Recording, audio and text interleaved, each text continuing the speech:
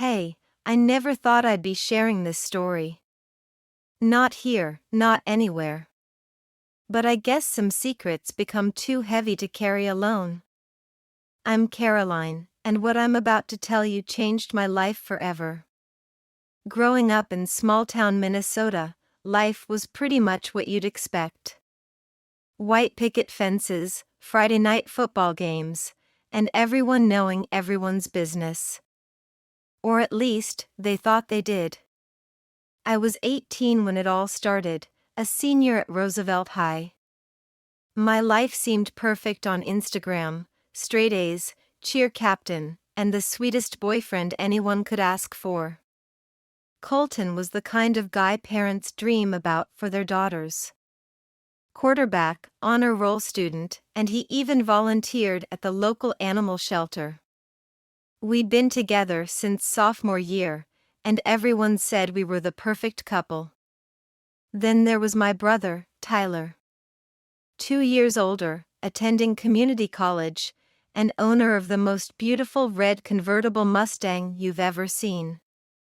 That car.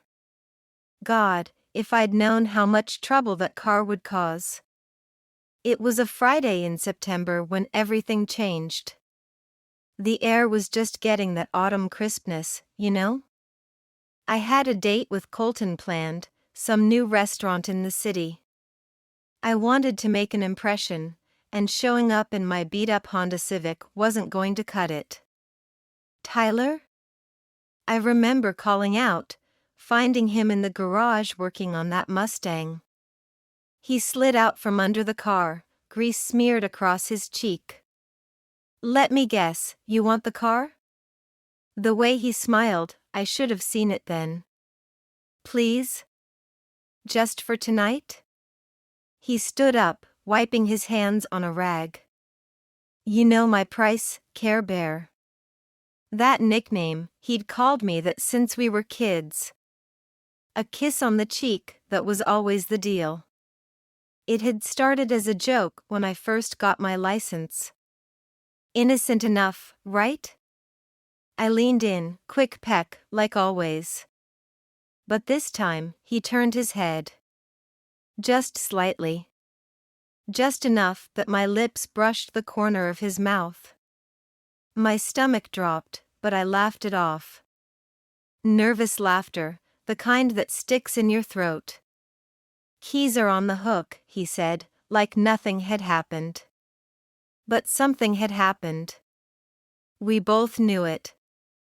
I grabbed the keys and practically ran to the car. The whole drive to pick up Colton, my mind was racing. It was nothing, I told myself. An accident. But deep down, I knew better. Colton noticed something was off the moment he got in the car. You okay, babe? You seem distracted. I forced a smile, just nervous about the SATs next week. He bought it. Colton always believed the best in people. The restaurant was fancy, the kind with cloth napkins and too many forks. Colton held my hand across the table, talking about college applications and our future. All I could think about was Tyler's face when I kissed him. The food tasted like cardboard.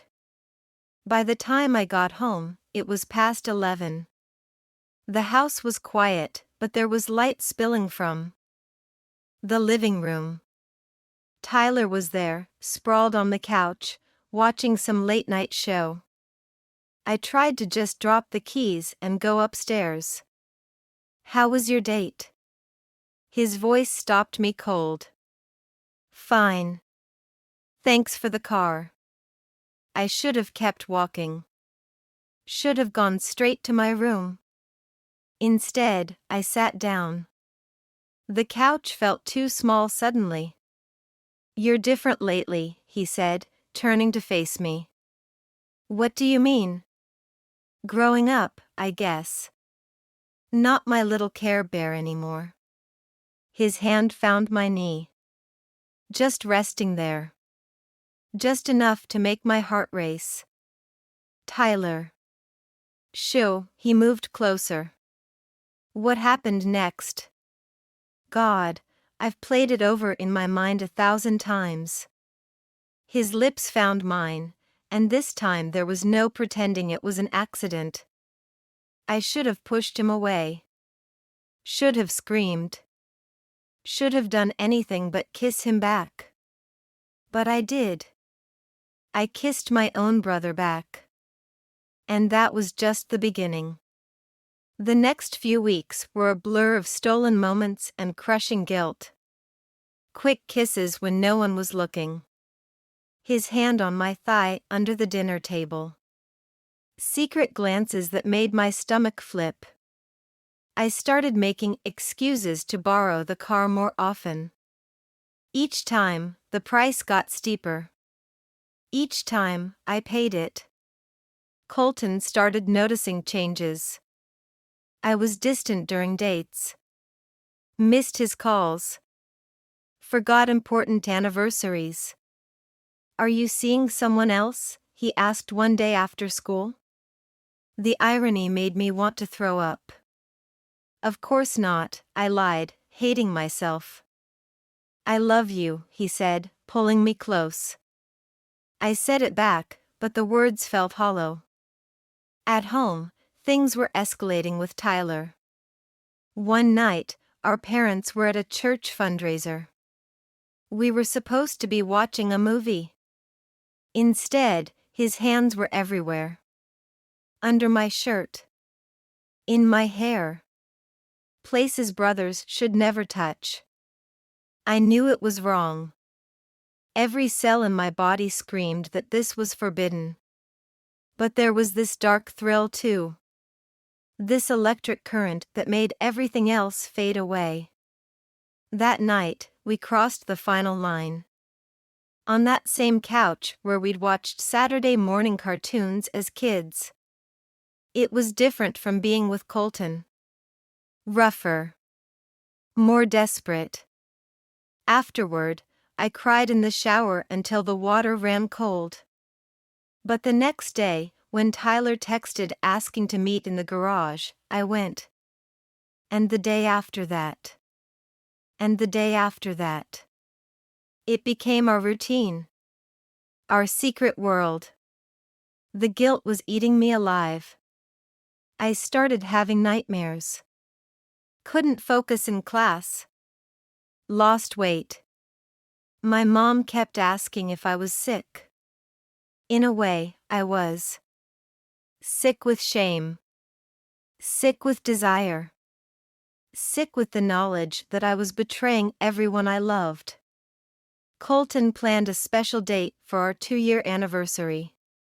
He took me to the lake where we had our first kiss. Had a picnic set up with fairy lights. Played our song on his guitar. "I want to spend my life with you," he said. I ran to the bathroom and threw up. That's when I knew something had to change. Boo. I had no idea how to stop what I'd started. Tyler had become like a drug. The higher the risk, the more I craved it. We almost got caught so many times. Mom walking in while we jumped apart. Dad questioning why we were spending so much time together. Friends asking why I had bruises on my neck. Each close call should have been a wake-up call. Instead, they just added to the thrill. Until the night everything fell apart. It was homecoming weekend. Colton had been named king, of course. I was supposed to be his queen. Instead, I was in Tyler's bed while our parents were at the neighbor's party. That's when Colton showed up at our house. He wanted to surprise me. Heard noises upstairs. Came to investigate. We heard his footsteps on the stairs. Tyler shoved me into his closet. Just in time. I listened through the door as they talked. "Hey man, Caroline around?" "Nah, she went to Sarah's to get ready for the dance." "Weird, her car's outside."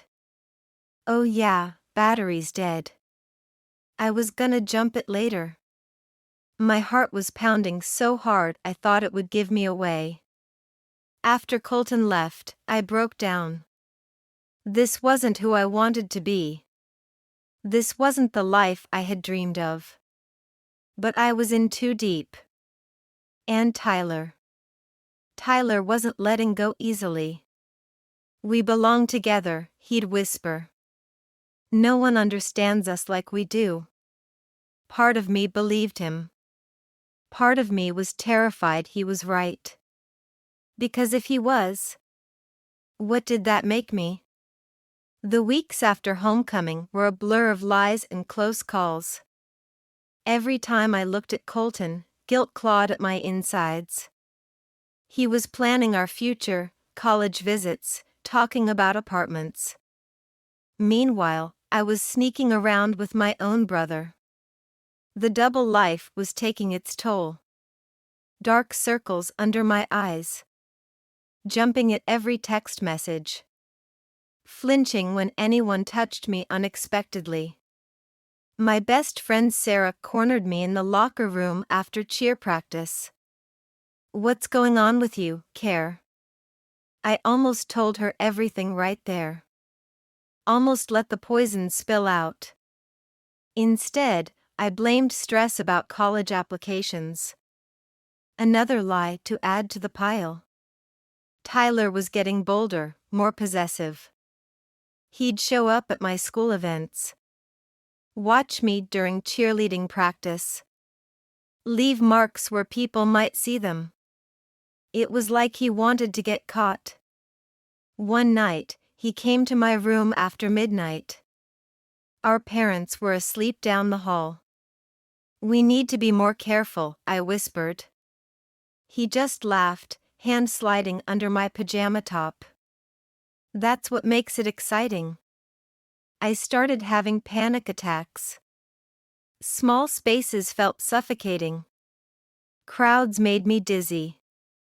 Every family dinner was an exercise in acting normal. Mom would ask about college plans. Dad would joke about keeping boys away. If they only knew. Colton noticed the changes in me. How could he not? I was a shadow of the girl he'd fallen in love with. "Whatever it is," he said one day, "we can face it together." His kindness made every thing worse. Tyler and I had close calls almost daily now. The garage. The laundry room. Even the kitchen late at night. Each time, the risk of discovery grew. Each time, the thrill got more addictive. But something was changing in Tyler too. He became rougher, more demanding. Would grab my arm hard enough to leave bruises. Get angry if I spent too much time with Colton. "He can't love you like I do," he'd say. "No one can understand what we have." The words made me sick. Because part of me still craved his touch. Still responded to his kisses. Still met him in dark corners and empty rooms. One Saturday, our parents went to a wedding out of state. Tyler had been planning for this. Had it all mapped out. "Just us," he said. "All weekend." I should have made excuses. Should have stayed at Sarah's. Should have done anything but agree. The first night was intense. No need to be quiet. No need to rush. No need to pretend. We ordered pizza. Watched movies on the couch. Almost like normal siblings. Except for the way his hands never left my body. The way his kisses grew more demanding. The way everything felt like it was spiraling out of control. Sunday morning, I woke up in his bed. Sunlight streaming through the window. For a moment, everything felt peaceful. Then I saw the missed calls from Colton. 27 of them. And texts. And voicemails. Panic seized my chest. Tyler stirred beside me. "Let him worry," he mumbled, pulling me closer. But I couldn't. Not anymore. I got dressed quickly, hands shaking. Called Colton back from my room. Made up some story about my phone dying. He believed me. He always believed me. That's when I knew I had to end it. All of it. The lies. The sneaking around. The sick, twisted thing I'd let develop with my own brother. But Tyler had other plans. He started leaving notes in my backpack. Explicit messages about what he wanted to do to me. Pictures he'd taken without my knowledge. Threats about telling Colton everything. I was trapped. Completely, utterly trapped. The stress started affecting my grades. My cheerleading suffered. I lost my appetite. Lost sleep. Lost myself. Colton tried to help. Brought me soup when he thought I was sick. Offered to help with homework. Held me when I cried for reasons I couldn't explain. One night, I broke down in his car. We were parked at our spot by the lake. "I don't deserve you," I sobbed. He held me tighter. "You deserve everything good in this world." If he only knew. Tyler was waiting up when I got home. Angry that I'd been with Colton. Pushed me against the wall. His kiss was brutal, possessive. "You're mine," he growled. For the first time, I was truly scared of him. Scared of what he might do. Scared of what I'd allowed this to become. That night, I couldn't sleep. Lay awake staring at my ceiling. Listening to Tyler pace in his room next door. Wondering how my life had become his nightmare. Wondering if there was any way out. The next morning, I found more pictures in my locker. Ones that would destroy everything if anyone saw them. My hands shook as I shoved them in my bag. Tyler was watching from his car in the parking lot. Smiling that smile that used to make me melt. Now it just made me cold. I knew then that something had to give. Either I would break. Or this situation would. I just didn't know which would happen first. And I was running out of time to decide. Because Colton had just been accepted to UCLA. And he wanted me to come with him. To start our life together. Away from this town. Away from all our secrets. If he only knew what secrets I was keeping. That night, I made a decision that would change everything. I sat in my car in the school parking lot, long after practice ended. Staring at my phone. At the dozens of threatening texts from Tyler. At the loving messages from Colton. Two different worlds colliding. I couldn't live like this anymore. The next morning, I went to see my school counselor, Mrs. Martinez. Not to tell her everything, of course. But to talk about a friend who was in a toxic relationship. She saw right through me. "Caroline," she said gently, "are you in danger?" I broke down crying. Couldn't stop for almost an hour. She gave me numbers for helplines. Domestic violence resources. Asked if I wanted to file a report. I said no. How could I explain this was my brother? That I had participated willingly? That I was as guilty as he was? But something about that meeting gave me strength. Made me realize I wasn't completely alone. That night, I waited until Tyler came to my room. "This has to stop," I said.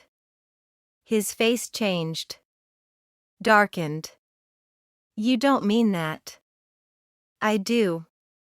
I can't, we can't keep doing this. He grabbed my wrist. Hard. What about our love? This isn't love, Tyler. This is sick. The slap caught me off guard. My cheek stung. Tears welled up. You're mine, he hissed. I'm not yours. I never was. What happened next still haunts my nightmares. He pushed me onto the bed. Tried to force himself on me. But something in me snapped. I fought back. Screamed. Kicked. Our parents weren't home, but the neighbors heard. Called the police. Tyler ran before they arrived. I told them an intruder had tried to attack me. Couldn't bring myself to tell the truth. But that night changed everything. I saw Tyler for what he really was. What we had become. The next day, I went to Sarah's house. Told her I needed to stay for a while. Her parents agreed without question. They'd always treated me like a second daughter. Tyler bombarded me with messages. Threats. Apologies. Declarations of love. Promises to change. I blocked his number. But the photos remained. His ultimate weapon. I lived at Sarah's for 2 weeks. Made excuses about family renovation work. Colton visited every day. Brought me homework. Held me when I cried. Never pushed for explanations. One night, he brought me his UCLA acceptance letter again. Come with me, he said. Let's start fresh. The hope in his eyes broke my heart. Because I knew what I had to do. I couldn't keep lying to him. Couldn't build a future on secrets this big. Colton, I need to tell you something. His face grew serious. We sat in his car, our spot by the lake. The same place he'd first told me he loved me. Words tumbled out. Not all of them. Not the worst parts. But enough. About Tyler being inappropriate. About him forcing himself on me. About why I'd been so distant. Colton's hands gripped the steering wheel. Knuckles white. Face pale. I'll kill him, he whispered. No, I grabbed his arm. Please. I need to get away. He was quiet for a long time.